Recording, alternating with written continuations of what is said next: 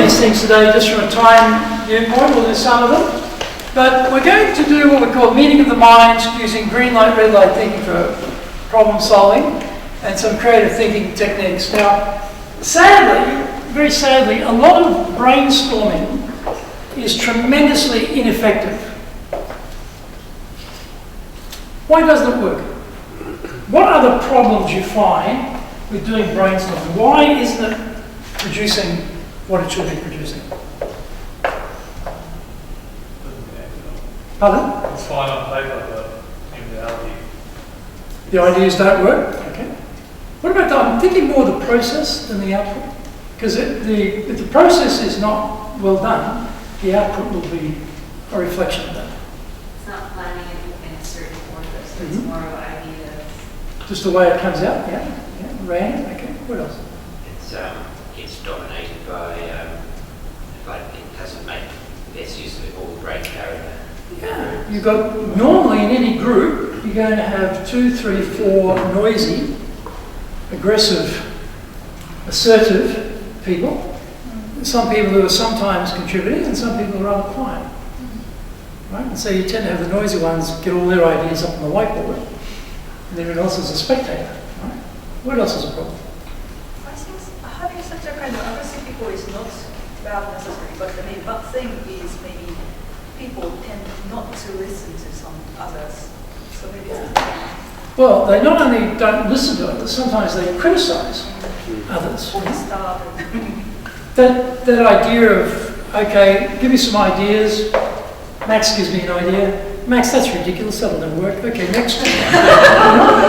Now, Max at that point in his life says, I'm done with brainstorming. I will never offer another idea in my entire life because the consequences are embarrassing, painful, and I don't want to go through this again.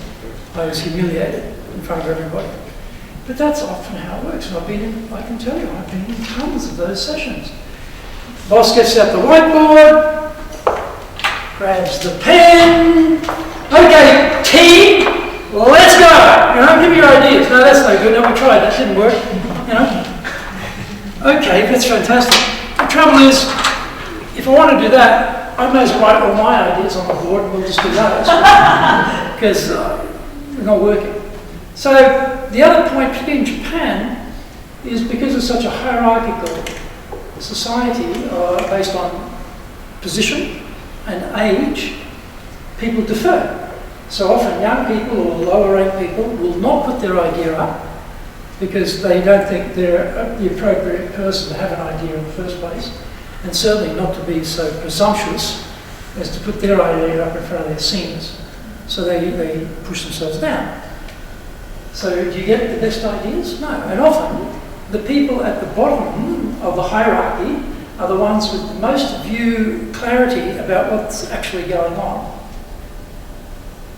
I remember I read this story of a very exclusive country club in America, had a golf course and sporting facilities. Very rich people went to this, and they in the showers they had shampoos, and people were taking the shampoo with them. So the board of this country club, full of captains of industry, were on the board, grappling with this problem of someone's taking the shampoo, and they can't come up with any simple idea to fix it. And then some bright spark says, well, why don't we ask the janitor?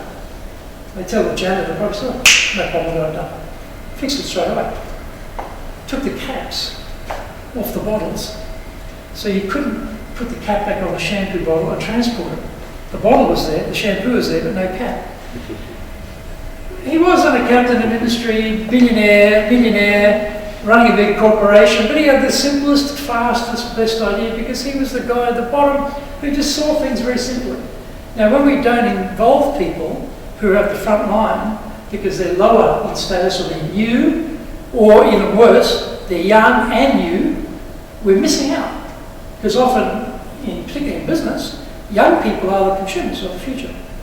And they are right on trend all the time.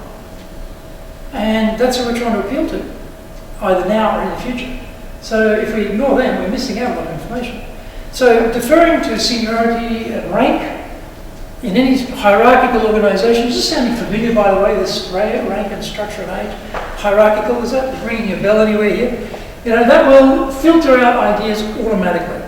Now, what I'm going to teach you is a methodology which goes right around that problem, right? Makes it very easy. So, in our manuals, I'll just go to the manuals again, make it easy again. We talked about some of the problems here. We'll go through the guidelines and I'll go through some of the techniques. So here's some guidelines. This is on page 3.3. Don't label people in the team. Oh, you know, she's so creative. Oh, she's really smart. Greg, not really making it, never has any good ideas. Right? You start talking about people like that, or you regard people like that, so Mike gives an idea. Oh my, that was great, oh wonderful. You know, Tommy gives an idea. Mm-hmm. Right? So you're sending a pretty clear message there, right? Right? As the organiser, you can't do that. You're labeling people. Right? And herd thinking, so this again in Japan, group pressure to conform to the idea. Right? Group pressure to conform to the idea. What shall we have? Let's have ice cream. Everyone has ice cream. You know, that type of thing. I actually don't even want ice cream, but because everyone else has ice cream, I feel pressure. I could have ice cream too. So that type of thing, that becomes a group think, and is a real problem.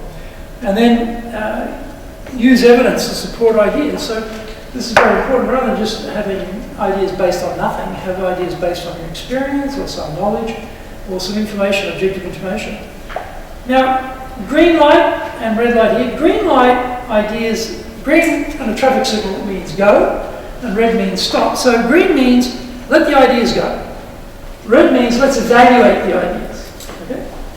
So in green light thinking, this is very, very important. All ideas are valid.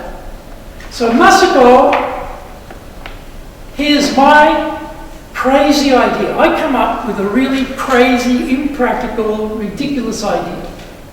And everyone goes, there he goes again with his crazy, ridiculous, impractical ideas. But when she hears my idea, she says, you know, that'll never work, but why don't we do it like this? And she comes up with a really breakthrough idea, but she would not have reached that breakthrough idea if she hadn't heard my wild, crazy, impractical, illogical idea first. So when we're generating ideas, we don't kill Max by saying, Max, that's a ridiculous idea, or we've done that before, it didn't work. We don't give any evaluation of the idea. And we accept all ideas. No matter how much we think personally, that's just ridiculous and stupid. That ridiculous, stupid idea might stimulate the thinking of someone else in the audience to come up with something. Right? So, allow for opposing views. Yes, we want to have many ideas. So someone will have an idea that's completely opposite of ours. But we don't say, well, that's out. You know, I'm the boss here. You have an idea opposed to me. I can't allow it. That idea's out. No, we allow it. Go beyond the obvious. So again, we try and think laterally. And then the whole team. What we're going to do in a moment, as you'll see, we do the brainstorming in silence. And we do it individually. And you'll see how we do it in a moment. So there's no comment. There's no discussion. There's no critique. There's nothing. It's just you come up with ideas and we share them. And then later we'll get into how we evaluate the ideas. Now, red light thinking, this is where we get into, let's make some decisions about which of these ideas we like and which ones we want to actually implement and which ones we'll implement first and which ones we'll implement later. Right? So now we also allow for people who have suggesting opposite views. Right? And then how we're going to agree on voting on the ideas or selecting ideas. We'll talk about that later. And then we work towards it. So in facilitating opposite points of view, we be courteous, we can disagree, with the idea. We're not disagreeing with the person. Now, it's simple to say. But when I say to Ben, no, Ben, that will never work. Sorry, not going to work. Now, Ben might be able to separate the Ben bit from the idea bit. And Ben might take that personally as an attack on him. And I have been in plenty of rooms where the brainstorming is used to one-up each other and to try and hustle for promotion by showing you're smarter than everybody else by putting other people down. I've seen them used as an attack weapon on other people. Not a good room to be in. I actually had a meeting recently. I'm not going to say the name of the French company, but it's a big cosmetics company. Their meeting room is called the confrontation room. Now just think about the culture of that organisation. You know, there's something seriously wrong with that organisation, trust me. You know, the confrontation room, maybe not a great name. So we don't want to have a confrontation room, we want to have a collaborative room. And we might rephrase from unbiased language, so we say things in a way that doesn't bias people. You know. The mutual respect, avoid argument. So again, I can disagree with your idea, but I'm not rejecting you, the person. This must be very clear. Where, you know, like they say in the mafia, right? This is business. It's not personal. Before they put a bullet in your head, right? Yeah? This is business, it's not personal, right? So this is business, not personal. I disagree with you, but it's not that I don't like you anymore. I just disagree with that idea. I've got a different idea, that's all. Okay? And in disagreement, we might be a bit more tactful about when we disagree. I'm not sure, but I've seen this somewhere else. I thought it was a problem with it, or I don't know all the answers, but this may not practically work. It does, yeah. So what we're saying here is there are environments which lend themselves to idea creation and environments which don't. Let's have the environment which does. And I'm going to show you a methodology for how to do that. And so we talked about green light, red light. So if you look on page 3.4, you need to have both green light and red light. This is 3.4 in mine. What is it? 3.4 goes here. We need to have both. But we need to have them in the correct order. So when we do green light, we're looking for volume, not quality. This is very, very important. In the first stage, we're looking for numbers of ideas, volume of ideas, no filter, no categorization, no critique, no rejection.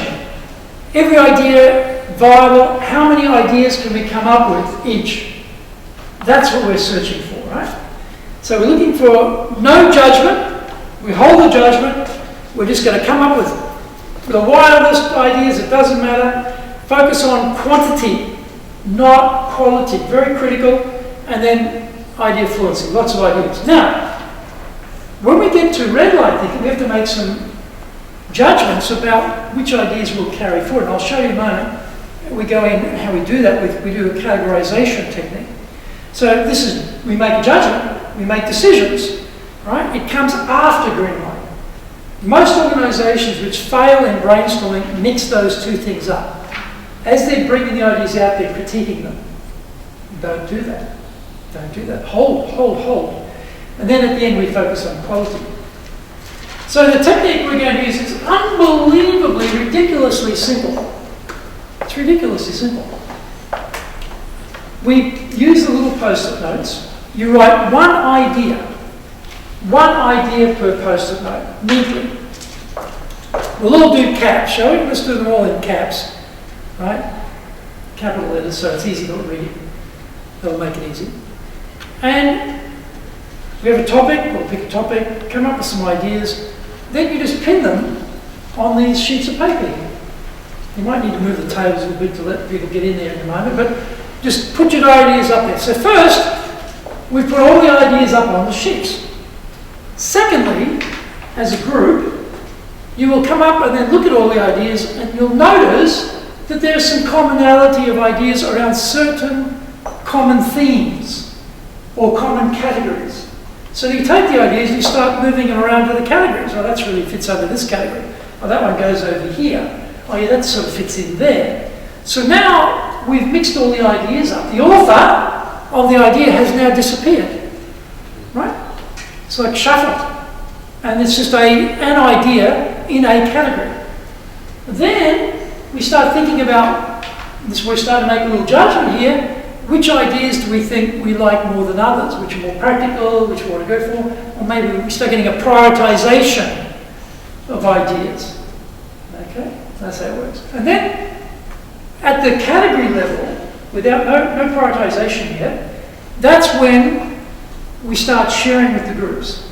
So we'll come and look at each other's ideas and see the categories, and we'll be looking at your categories and ideas, and we'll be going, that's a good idea, let's get another idea. And then we'll do some more brainstorming. And we'll put those up. Right? And then we'll do some more, because what happens is, and for a long time, I thought engineers were stupid. What are you looking at me? I thought engineers are stupid, because when I'd go to executive training, weeks, events, there'd be engineers in the room, we'd be doing brainstorming, they never had any ideas. I thought, these engineers are hopeless, they've never got any ideas. What I didn't understand was, they are processing the ideas deeply. I'm off the fly, you know, first thing comes into my head, oh, let's get that up, quick, very quick, but not very deep. They're slower to really get the mind around it and come up with a very deep idea. You need both.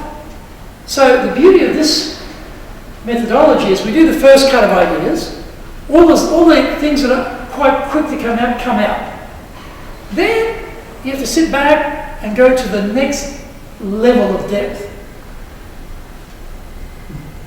Fewer ideas, but deeper.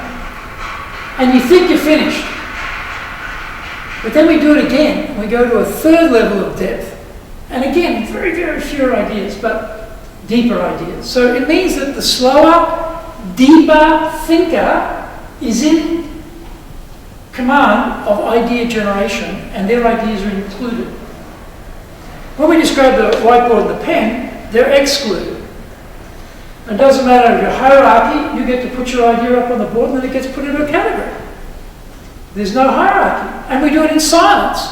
Total silence. Until we get to the categories, we have to start saying, well, that goes here and that goes here. And we get our categories. Then we have to explain to the other group what this means.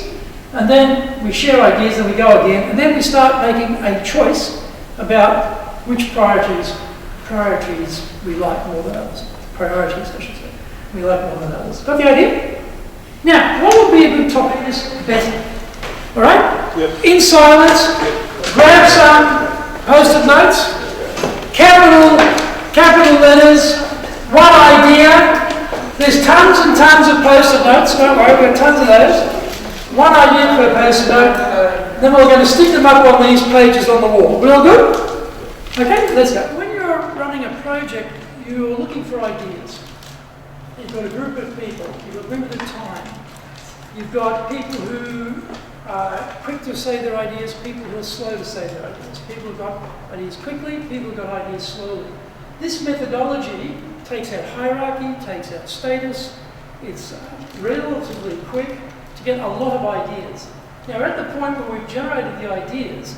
If you look on page 3.12, now we have to start making some decisions about which ideas we'll go with and which ideas we want.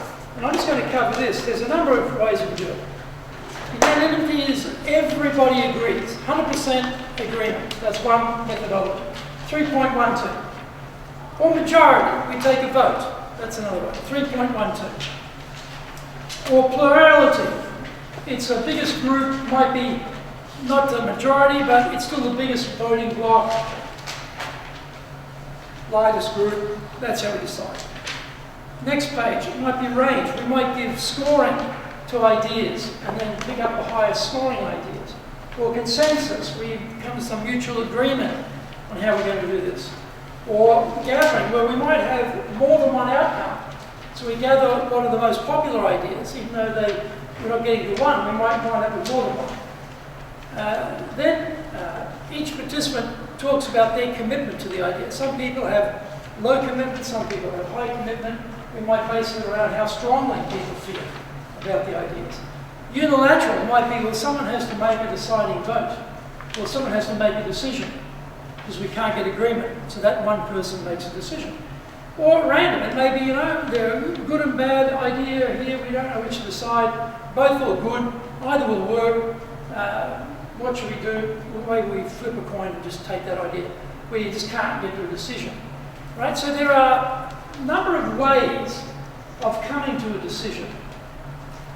Doesn't matter which one you pick, but now, briefly, we'll go back, pick one or two categories, don't bother doing them all, just one or two, and look at the ideas and start thinking about which ideas you think are the most high priority.